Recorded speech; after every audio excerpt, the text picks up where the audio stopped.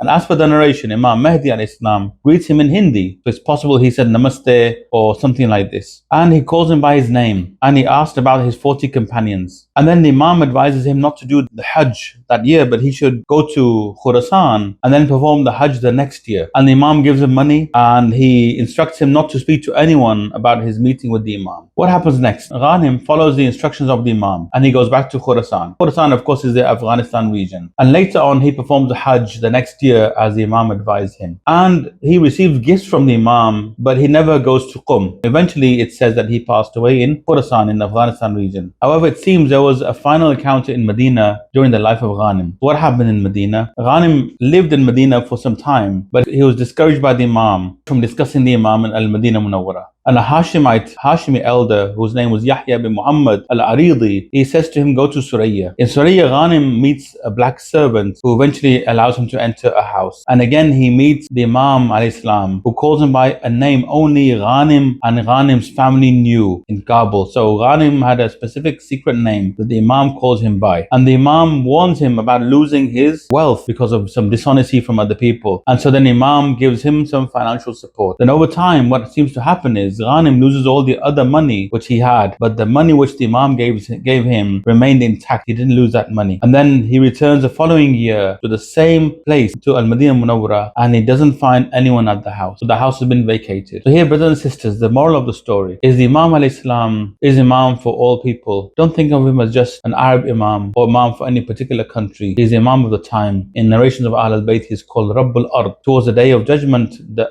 earth will light up with the nur of its Lord. And here the Lord, like the Lord of a house, is the owner of the house. The Lord of the earth, Rabb al-Ard, is al-Imam al-Mahdi alayhi salam. Of course he would be. Who else would it be? It's a successor of the Prophet Muhammad, peace be upon him and his family. Just because we were not there to see Ghanim speak to the Imam, it doesn't mean the conversation didn't take place. Just because we never heard of Ghanim, it doesn't mean he was a false character.